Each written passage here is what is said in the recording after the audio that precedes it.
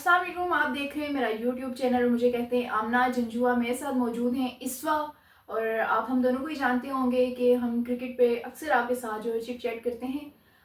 आज फिर हम चैम्पियन ट्रॉफी के सबसे बड़े टाकरे पाकिस्तान वर्सेस इंडिया की बात करने जा रहे हैं, और सबको ही इस मैच का इंतज़ार है। रवायती हरीफ जो है कल दुबई में आमने सामने होंगे, और पाकिस्तान के पास आखिरी ऑप्शन है इस चैम्पियनशिप में वापसी का, क्योंकि न्यूजीलैंड के खिलाफ हमने देखा है कि पाकिस्तान बड़ा बुरा हार चुका है, जबकि इंडिया की अगर बात करें तो इंडिया एक मैच जीता हुआ है। और कल हम देखेंगे कि पाकिस्तान जो वो कैसे इंडियन टीम को जो हराता है, क्योंकि पाकिस्तान के पास इसके बाद जो कोई भी ऑप्शन मौजूद नहीं रहेगा। पाकिस्तान पहला मैच हारने के बाद ही वही जो हमेशा होता है पाकिस्तानी टीम के साथ, अगर मगर का खेल, पाकिस्तानी टीम का ये अगर मगर का खेल जो है वो स्टार्ट हो चुका है। पाकिस्तान के अपने जो अगले 2 मैच हैं वो लाजमी उन्होंने जीतने हैं, तभी पाकिस्तान जो टूर्नामेंट में रह सकेगा। इस बात से जानते हैं, इस बार तुम्हें कैसा लग रहा है कल जो मैच होने जा रहा है? वो दिलों की धड़कनें रोक देता है, इतना सनसनीखेज मुकाबला होता है। इवन के टॉस से ही हम लोग जो है वो यूं दबक के बैठ जाते हैं कि पता नहीं क्या हो जाएगा। तो कैसे देख रही कल के मैच को? जी, सबसे पहले तो कल का मैच है, ये एक ऐसा मैच है जिसका इंतज़ार बहुत टाइम पहले से सब लोगों को, इंडियंस और पाकिस्तानी दोनों को था। और मैच तो डेफिनेटली बहुत ज़्यादा एक्साइटिंग होने वाला है और बहुत अच्छा मैच होगा। लेकिन ये भी साथ साथ कहूँगी कि डर भी है, खौफ भी है, एक्साइटमेंट भी है, सारा कुछ है। अगर मगर का खेल आपको पता है वैसे भी स्टार्ट हो चुका है, लेकिन फिर भी इंडिया के मैच में मुझे लगता है कि पाकिस्तान बहुत अच्छा परफॉर्म करने वाला है और मुझे बहुत ज़्यादा अच्छी वाइब्स आ रही हैं इस मैच से। और यही कहूँगी कि इंडिया वालों संभल के बैठो, पाकिस्तान आ रहा है। टीवी नहीं तोड़ना, ये भी टीवी बोलना। नहीं तोड़ना आपको पता है कि आजकल जी महंगाई बहुत ज़्यादा हो गई है और स्मार्ट टीवी हैं जी और जी ज़्यादातर घरों में वही हैं, तो अगर आप तोड़ दोगे तो बाद में आपने खुद ही खरीदने हैं। पाकिस्तान जी ने आपको गिफ्ट सही नहीं करने, क्योंकि पाकिस्तान के साथ तो आप ट्रेड भी नहीं करना चाहते कि चलो यहाँ से हम आपको भिजवा देते।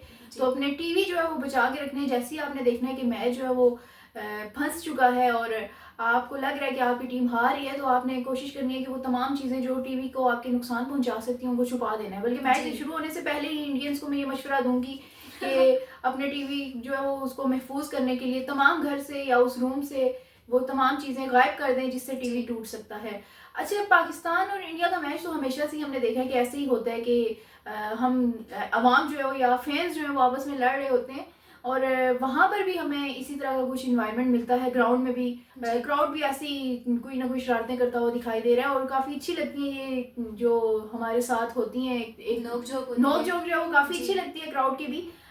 लेकिन इस बार आपने देखा है कि तमाशाइयों के साथ साथ आपका जो बोर्ड है वो भी नोक झोंक करता हुआ दिखाई दे रहा है। भारत की अगर बात करें तो जी भारतीय बोर्ड पाकिस्तान के साथ क्यों नोक झोंक कर रहे हैं? इस चैंपियन ट्रॉफी के स्टार्ट से अब तक हम देख रहे हैं। लास्ट मैच की अगर बात करें भारत की, जो उन्होंने बांग्लादेश से जीत लिया, उसमें भी उन्होंने एक शरारत की। जी तो बिल्कुल। आईसीसी ने तो उसे गलती कहा है, लेकिन वो बाकायदा तौर पर एक शरारत थी, क्योंकि किसी और टीम की तरफ से अगर वो गलती होती या वो चीज़ होती उस मैच में तो हमें लगता कि हाँ वाकई गलती है, लेकिन भारत के मैच में गलती तो नहीं होगी ना। जी तो वो तो शरारत। आपको समझ आई है वो शरारत क्या जी थी? जी बिल्कुल, मुझे समझ आ गई है। और वैसे भी इस नतीजे में पहुंची हूँ कि जब उनको लगा कि हम पाकिस्तान को चैंपियंस ट्रॉफी से बाहर नहीं कर सकते, तो चले पाकिस्तान का नाम ग्राउंड से मिटा देते हैं। और जो लोगो था जिसमें पाकिस्तान एज अ होस्ट उसका नाम आना था, वहाँ से भारत ने उसको निकलवा दिया। उस मैच में भारत ने पाकिस्तान का नाम नहीं लिखा, जो कि एक उन्होंने गलती बताई। लेकिन इतनी बड़ी गलती, इतने बड़े लेवल पे आप हो के मैचेस होते हैं आपके, और आप इतनी बड़ी गलती करते हैं, तो ये गलती नहीं, ये शरारत होती है जो आज से पहले ना कभी हुई और ना कोई और टीम है जो ऐसे कर सकती है। ये भारत ही है जो ऐसी नीची हरकतें करती है और उसके बाद जो है वो उसको गलती का नाम दे देती है। और पता नहीं उनको इससे मिलता क्या है ये सब करके, क्या पता उनकी जो ईगो है वो थोड़ी सी सेटिस्फाई हो जाती है। लेकिन हम यही कहेंगे कि हमारा तो ज़्यादा फोकस ये सारी चीज़ों पे, पाकिस्तान को मुझे नहीं लगता उनका फोकस होता भी है कि हमारा नाम है या नहीं। पहले उन्होंने मना किया कि हम शर्ट्स पे नाम नहीं लिखेंगे, जो कि मैंडेटरी था, जो उनको लिखना पड़ा, तो उन्होंने ग्राउंड से जो है वो नाम हटा दिया। अच्छा, वो तो उन्होंने कहा कि हमने तो शर्ट में नाम लिख लिया है, और जी वो रूमर्स थे, तो मुझे नहीं लगता रूमर्स जी वैसे ही होते हैं। उनकी जी जी इंटेंशन हुई होगी और फिर बाद में हो सकता है आईसीसी ने कहा हो कि ये ऐसे हरकत नहीं करनी, तो कहीं जी। तो थोड़ी बहुत आईसीसी की मान ली होगी उन्होंने, लेकिन जी। उसके बाद उन्होंने ग्राउंड में आकर ये बांग्लादेश के खिलाफ मैच में ये हरकत की है, जो बहुत जी। ही घटिया हरकत है। और मोदी सरकार को ये समझना होगा कि ये क्रिकेट है, क्रिकेट कोई जंग का मैदान नहीं है कि यहाँ आकर आप अपनी सियासत चमका रहे हैं, अपने एजेंडे को जी। लेकर चल रहे हैं। तो आपको पता है कि मोदी सरकार जो है वो ज़्यादातर वोटर्स जो हैं उनके ऐसे ही हैं, एक्सट्रीमिस्ट हैं, और ज़्यादातर जो उनका वोट बैंक है उनको वो ऐसे इंगेज करते हैं एंटी जी। पाकिस्तान जो हरकतें करके, नफरतें फैलाकर, इंसानी हकूक़ का ख्याल नहीं रखा जाता। और वहाँ सिर्फ जो है वो हिंदुत्व की बात की जाती है। मुस्लिम्स जो हैं वहाँ पर पाकिस्तान से भी ज़्यादा हैं, और वो मुस्लिम जिन्होंने उस वक्त पार्टीशन के टाइम जो है वो इंडिया का साथ दिया, भारत का साथ दिया, कांग्रेस का साथ दिया, आज वो बेचारे ऐसे ही बैठे हुए हैं।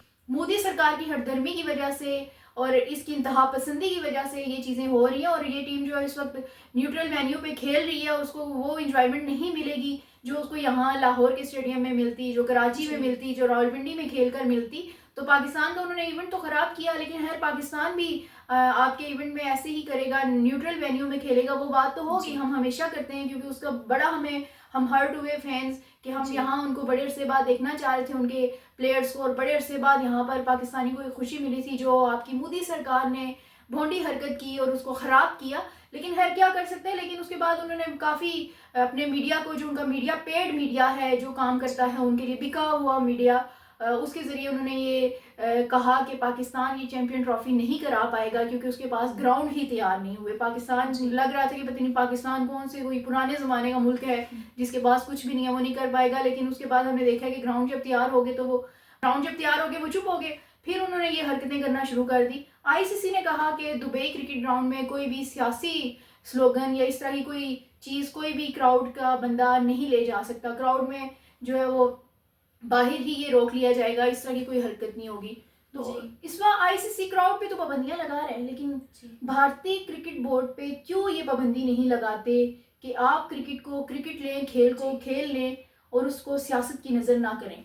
ऐसा ही है। सबसे पहले अगर सियासत की बात की जाए तो आईसीसी को चाहिए कि वो भारत की भी लगाम टाइट करके रखे। अगर वो कोई स्पेशल टीम तो है नहीं कि हम उसको स्पेशल ट्रीटमेंट दें। अगर सारी मैचेस अगर पाकिस्तान में हो रहे हैं तो भारत को भी पाकिस्तान ही आना चाहिए था, उसको ये स्पेशल ट्रीटमेंट देने की ही ज़रूरत नहीं थी कि सही है आपका हम मैच जो है वो दुबई में रखवा देते हैं, अगर नहीं खेलना तो मत खेलें, आप नहीं आना चाहते तो मत आएँ आप, वो आपकी अपनी मर्जी है। लेकिन इस तरह से उनको फेवर दिया गया। और उसके बाद अगर पॉलिटिक्स से आप रोकना चाहते हैं वाकई तो उस पॉलिटिक्स को रोकने की ज़रूरत है।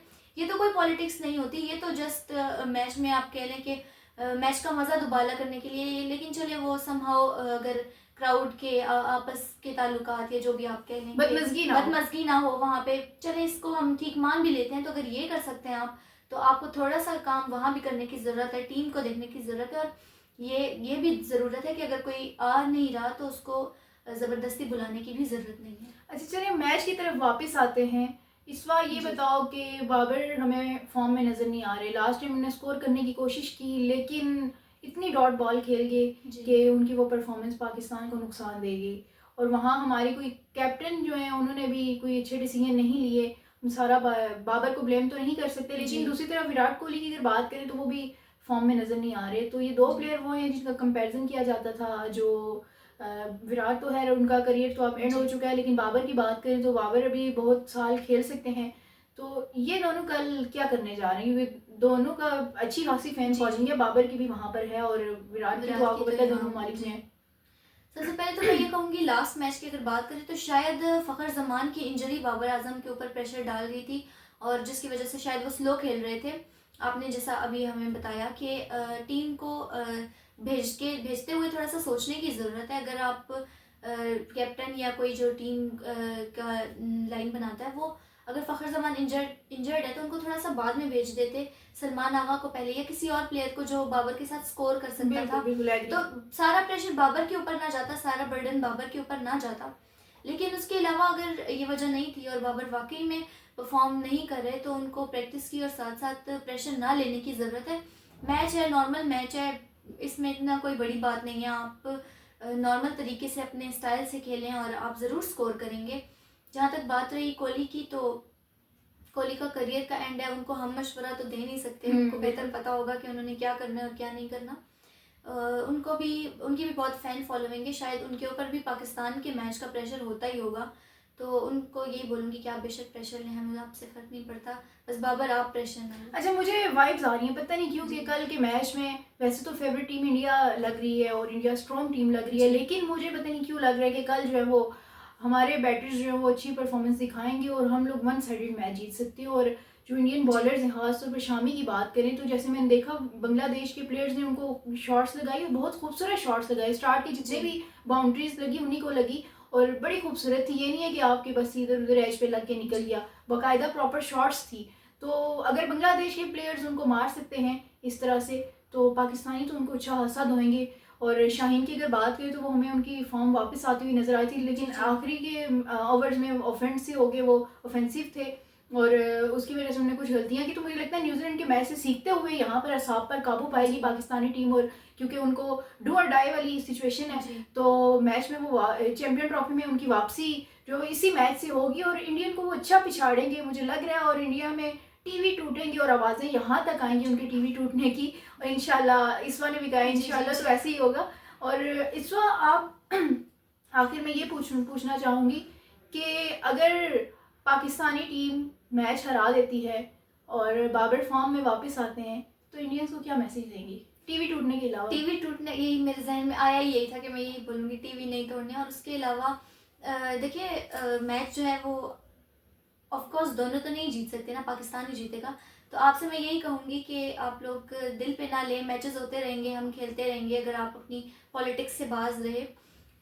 वैसे अभी तक तो नहीं लगता कि आपको कोई इंटरेस्ट है, लेकिन खैर उसके अलावा यही कहूँगी कि मैच को एंजॉय करें। और जीतना तो हम नहीं है, मैं तो मेरे जहन में सिर्फ जीत चल रही है फिलहाल। उसके अलावा एक और चीज़ मैंने आपसे डिस्कस करनी थी, वो ये थी कि फ़खर ज़मान की रिप्लेसमेंट जो इमाम उल हक ने की है, बिल्कुल मेन चीज़ मेन चीज़ जो थी। बिल्कुल इमाम उल हक आपने देखा है कि वो कैसे प्लेयर तो हम्बल से खेलते हैं और फ़खर की तकरीबन ऑपोजिट है। फ़खर जो है वो फास्ट एडवांस क्रिकेट खेलते हैं और जी। इमाम उल हक जो है वो विकेट रोक के तो आराम से चलते हैं। तो ये जो ओपनिंग का मसला चल रहा था इस बार, हमें लगता है कि इमाम जो है वो उनकी काफ़ी अर्से बाद वापसी आई और वो परफॉर्म करने की कोशिश करेंगे और ये बड़ा मैच है, इस बड़े मैच में वो बड़ी परफॉर्मेंस दिखाएंगे। तो मुझे लगता है कि फ़खर की कमी तो नहीं पूरी हो सकती, लेकिन जी। वहाँ पर उस मैच में ये ज़रूर दिखा देंगे कि इनमें पोटेंशियल है और ये इंडियन जी। टीम को जो है वो अच्छा खासा धोएंगे।